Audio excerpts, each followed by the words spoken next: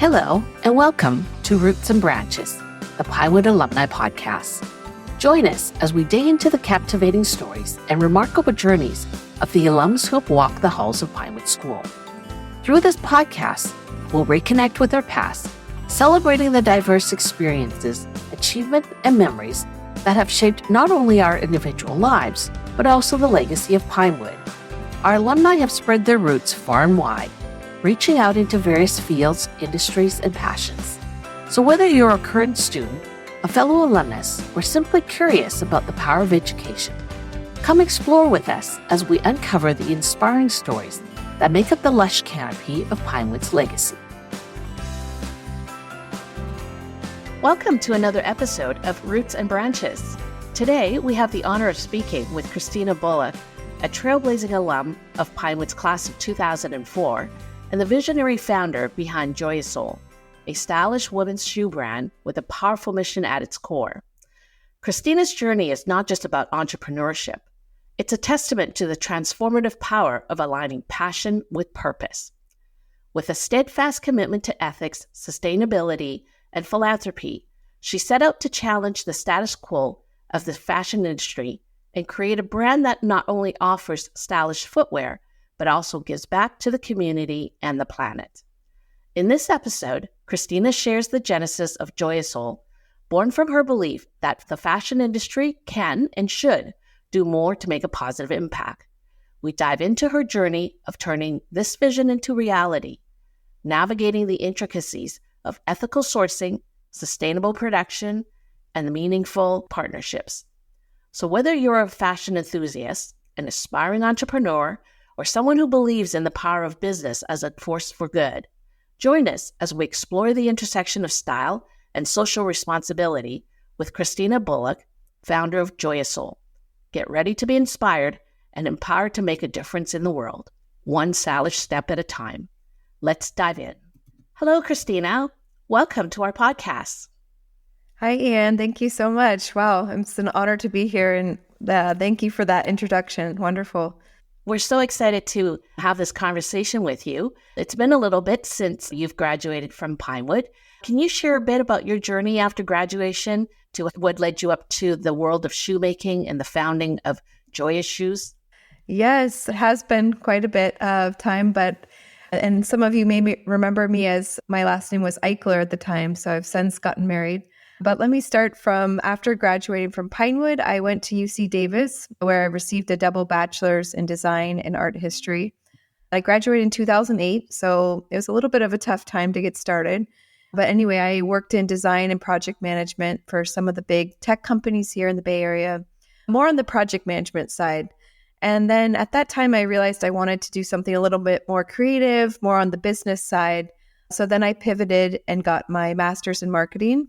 From there, I worked at an apparel company as well as a shoe company. And it was there that I realized just my true passion for shoes. And it was my favorite job I've ever had. But then at the same time, I got pregnant. I was married and I got pregnant with our first child. And I had a pretty difficult pregnancy. I gained 70 pounds, a lot. So it was really tough on my body. And I just decided to take care of myself and take a break from working. So I was sad to leave that job, but I was hoping to return if it work out. But also at the same time, we had a sudden death in the family and also experienced all those devastating wildfires we had in California.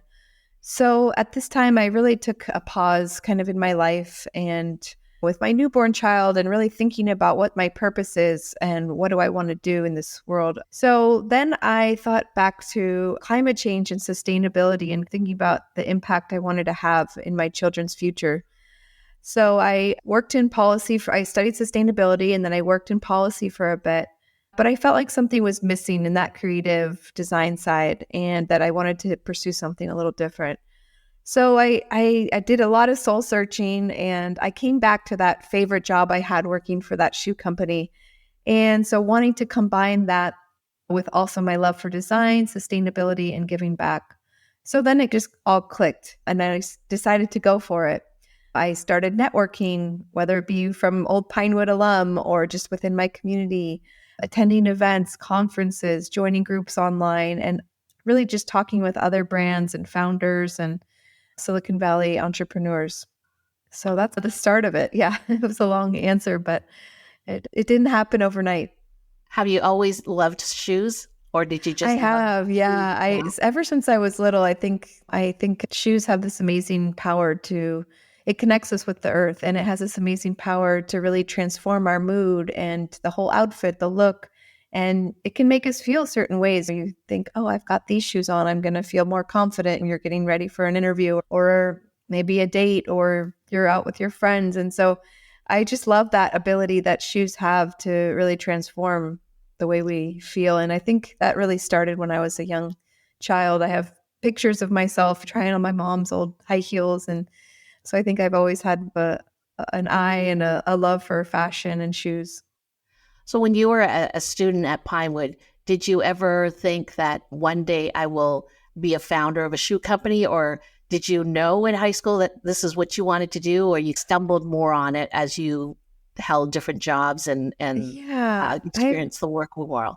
I wouldn't say I had any idea back at Pinewood. I think I was always really interested in design, and it's interesting sometimes how life works out and you try different things. It's nope, that's not it. Keep trying different things. And when it does click, when you feel in alignment, sometimes you just know and it feels easier and this is what meant to be doing. So I think sometimes it's just about trying different things and starting over and being humble, starting over as an intern again or something like that, where it's even though you've got experience in one field, it doesn't mean you can't pivot to something else. I don't think I had any idea. I think I had this feeling when I worked at the shoe company about 7 years ago that I had this weird feeling that someday I'm going to have my own shoe brand. And I didn't know how or when I was going to do it, but I just had this like gut feeling that someday I wanted to do that. So yeah, glad it worked out.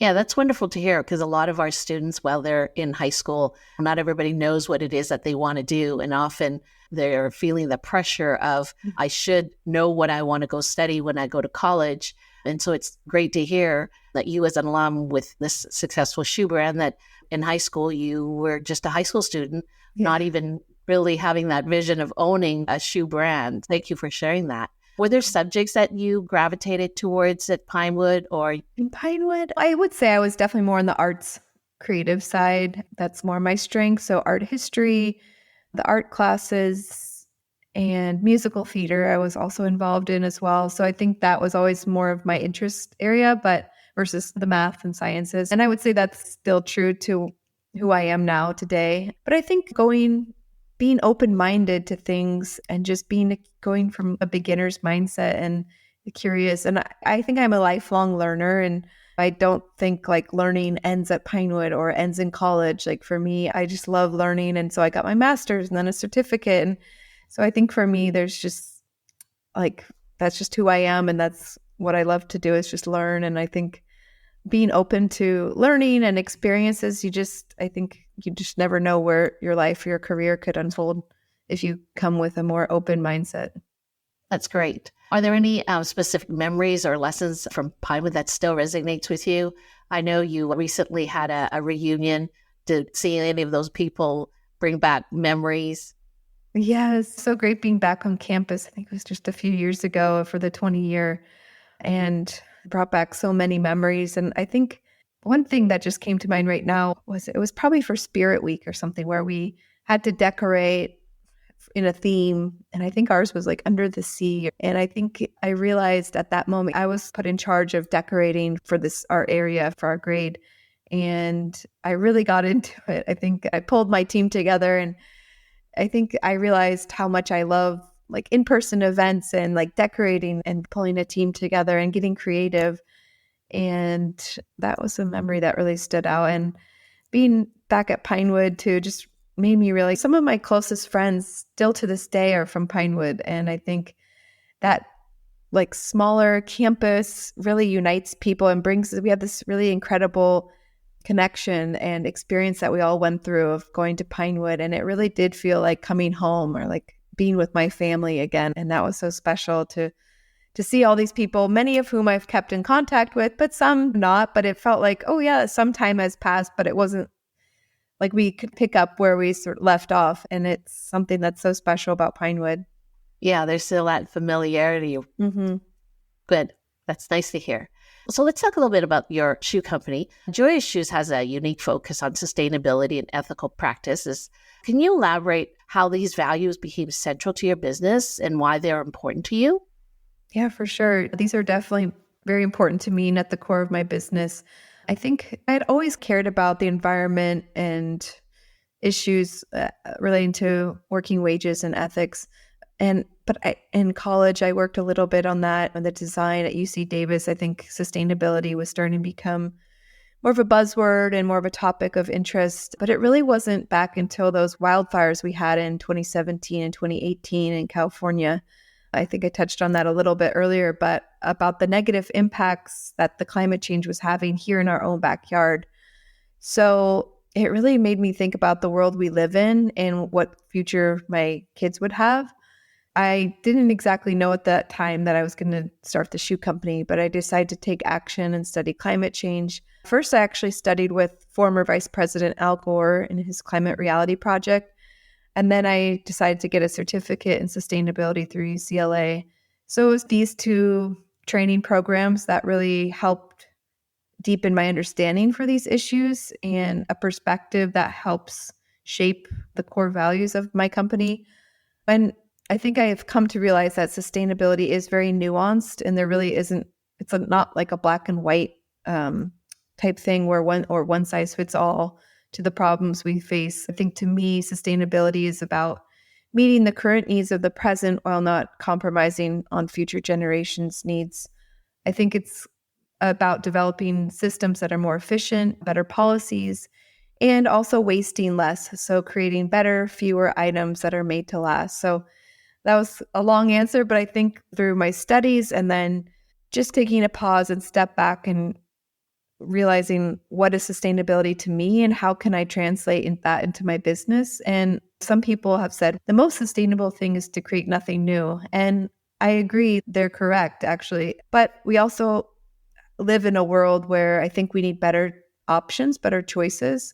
And so I felt like there was a gap there in designing shoes that didn't look, sometimes like green fashion can just look a certain way. And I wanted to have it be a little more stylish or elevated and not necessarily scream like, oh, these are sustainable. And sustainability can be used, that word can be used so much where it feels almost like greenwashing, but I try not to feel or come across that way.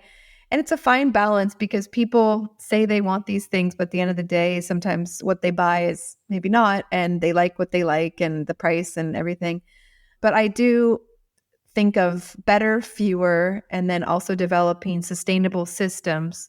So the last thing I want is the shoes to end up in a landfill and create more waste. So I have systems in place to help donate or recycle at their end of the life. So I really try to think about it more holistically than just like the material.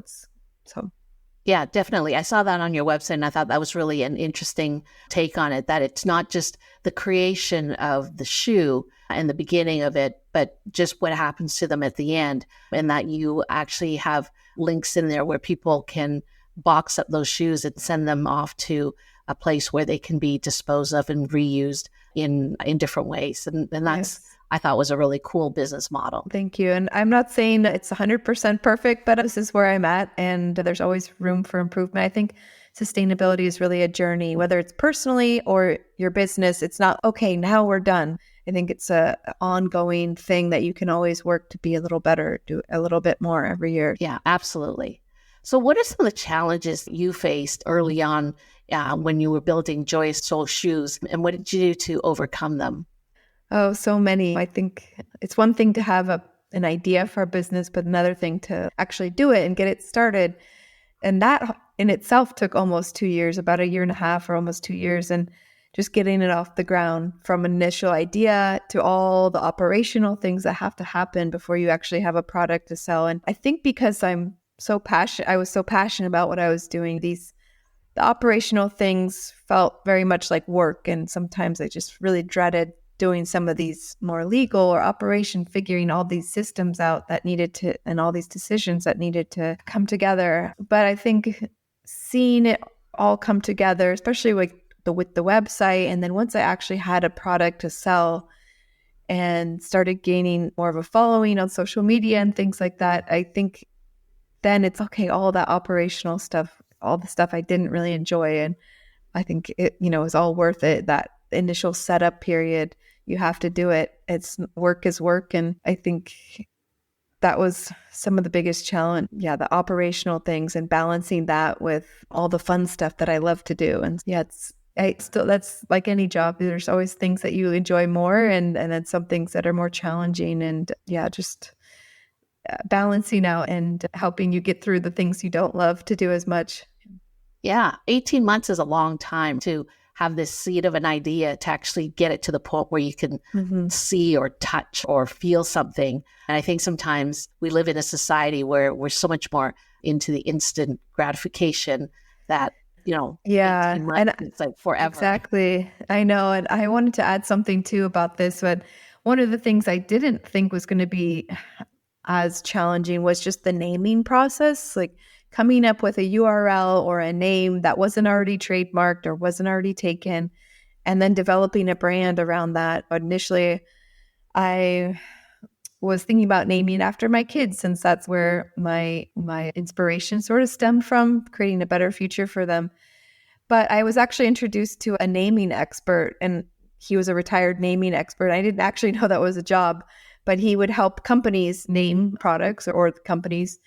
And so he really helped steer me and do a ton of exercises on creating a name that my values were. And then also it would be a bonus, but made people think of the shoes, like how does the name resonate with shoes? So I really spent a ton of time that I didn't anticipate that was going to take so much time, but many months of looking at the dictionary, like looking at just like going mind numb, thinking about names. And it's like, why is this so hard? But then when you look, it's like everything's taken. A lot of people want like a one word brand. And so I was really stuck for a while on the name. But then I ultimately decided on Joyasol, which is a combination of two words in Spanish and Portuguese. So Joya means joy or jewel, and sol means the sun or the sole of our foot. So together they represent how we must treat our life force, like the sun, the earth, like a jewel, and also personally find joy and purpose every day. So I feel like I finally got it, but it took many months to get there. And then also the trademark process, I didn't anticipate that was going to be so challenging, but that took over a year to have the government review it. And then I finally got the plaque, which I'm really proud of about the trademark. So certain things like that also came up that I didn't anticipate this to be such a big challenge, but the naming for sure was one of them. I love the name. It represents so much and on so many different levels. So thank you for sharing that story. So then as an entrepreneur, what advice would you give to Pinewood students or alums who may be considering starting their own business or pursuing an unconventional career path? That's a great question. We're really fortunate to live in Silicon Valley, where I feel like entrepreneurship is so ingrained into our culture. When I initially started out on this journey, I was just amazed that how many people were willing to help me out. If you just tell them your idea and have a plan, show them how passionate you are. It seems everybody I talked to was like 1 or 2 degrees separated away from knowing someone that could help me. So don't be shy. I think network, just tell everyone that you run into. You never know who could help you out and what it could lead to. And so I have a funny story. We have a housekeeper that comes and helps around the house. And I actually was just telling her, because she was from Brazil, I was like, do you know, before I knew I was going to manufacture in Portugal, I was asking her, do you know anybody in Brazil that can help me make shoes? And she's, oh, no, I don't. But you know what? The person who lives in your old apartment in San Francisco, he's the vice president of Allbirds. And I said, what, really? And so she was able to get me a meeting with the vice president of Allbirds. And I thought that was really cool because it's here. I have no expectations. I'm like just telling everybody what I'm doing. And you just never know who knows somebody, especially in this area. And I think especially female founders, there's not a whole lot of us. I think it's only like 14% of companies are founded by women. So I think people do really want to help founders out and women. So I think just tell everybody, just the mailman, I don't know, anybody. You never know who could help you out. Yeah, perseverance. That's one of the things we Yeah. tell the kids, right? Just keep doing it because the more and more you do it, the more and more normal it becomes. And you just never know, right? Who knew that you share a housekeeper with the Allbird vice president? Exactly. Yeah. Yeah. Are there specific values or principles that you learned at Pinewood that continue to guide you in your personal and professional life?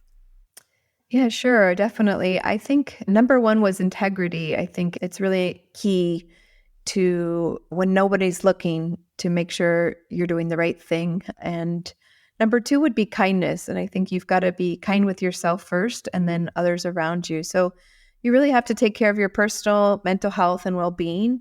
And once you're kind to yourself, I think amazing things will happen to you and those you come in touch with. And I think when you're kind and generous to others in some way or another, those kind deeds will come back to benefit you and help create a better world for all. So the two Absolutely. things. Yeah, absolutely. It's that karma, right? That comes Yeah. back. So, yeah. How do you balance the creativity and the business acumen in the design and operation of Joyasol shoes? Yeah, definitely. I think I touched on this a little bit before, but I definitely come from a more creative design, marketing background. And so those are the things that are really come easier to me. And the accounting, legal side, those things I get stuck or it just feels more like a grind and work. And I don't enjoy it quite as much. So I think we talked about earlier how long it took me to get off the ground and seeing it all come together, all that creativity. The creativity helped propel me and get me through all the stuff I didn't enjoy so much and made it all worth it once I saw the website, the shoes, the things I had to sell and the packaging, everything coming together that took so much logistics and operation and coordinating all that back and forth and dealing with customs and all the intricacies. I think at the end of the day, it's, oh, that feels like a distant memory. And now that I have all these systems set up, I do still have logistics, but or working on the barcodes, things like monotonous things that I'm pretty scrappy. It's really just me. I do have contractors, but I do a lot of the nitty gritty when it comes to the business. And so I now have a very deep understanding of all the elements in the business. But at first, when you do anything for the first time, you're like, oh my gosh, what am I doing? This is so hard. And I'm making mistakes and having to redo things. But now, every time I launch a new style, it's not really recreating the wheel. I'm able to focus more on the creative parts that I like more and then remembering, oh, yeah, this is how I do that part. So I think the hardest parts were definitely the beginning, just getting everything set up. And now I'm able to focus more on the parts I enjoy. Wonderful. You recently spoke about balancing motherhood, your dreams, and avoiding burnout. What advice do you have for aspiring entrepreneurs who wants to have it all? I wish I could say I have it all figured out, and definitely some days feel like I'm managing just fine. And then other days I feel stretched really thin and like I don't have enough time for the business or my kids or my husband or myself. But I think I have the personality who thrives on being busy and sees it exciting and like a challenge. And I'm also really passionate about what I do. So I think that helps. Like I said, most of it, a lot of the creative side doesn't really feel like work to me.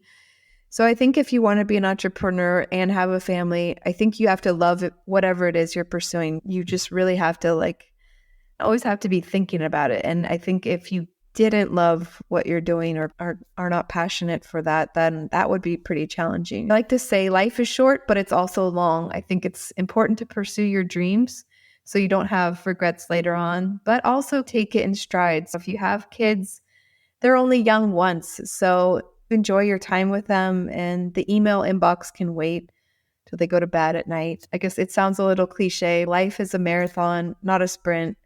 And good things take time to build. I think I'm realizing how building anything from scratch takes a lot of time and patience. I congratulate the companies that have like overnight success, but for me, it's been a little bit slower of a journey. And so I'm fine with that and being okay that I'm only one person. I can only do so much. And yes, I would love to do X, Y, and Z, but I have to be realistic since I have 3 kids and everything else going on. So I'm hoping to keep plugging away with it. And I'm grateful for how far I've come so far, but still have, this is just the beginning. Speaking of which, then, so what are future goals and aspirations do you have for Joyasol shoes, and how do you envision that brand evolving in the coming years? As I was just saying, I think it takes time to build a brand, and I intentionally started with one style and to start small and smart and learn from there and just build the brand, learn as I go instead of invest all this money in inventory, starting just with one clean style and then introducing another one a few months later. And then I'm about to launch 2 more styles, but just being okay with just a little bit more of a slower rollout. And I guess that also aligns with my values and sustainability and buying better, fewer shoes, and just focusing on brand awareness and getting more features in top publishers and working with influencers. So I'm hoping also to get into some more boutiques, like in-person pop-ups and events, things like that, because there is so much value in person, trying on the shoes, feeling the quality, feeling the fit.